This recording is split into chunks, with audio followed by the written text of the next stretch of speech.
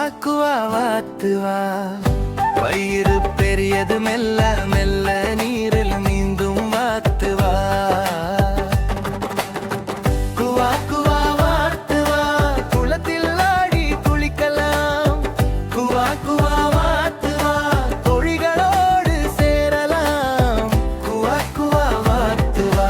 பச்சை நீர் மிதக்கும் போது பெரியவாள் ஆடும் போது சின்ன சின்ன துளி பறக்கும் வாத்துகள் எல்லாம் சேர்ந்து குவா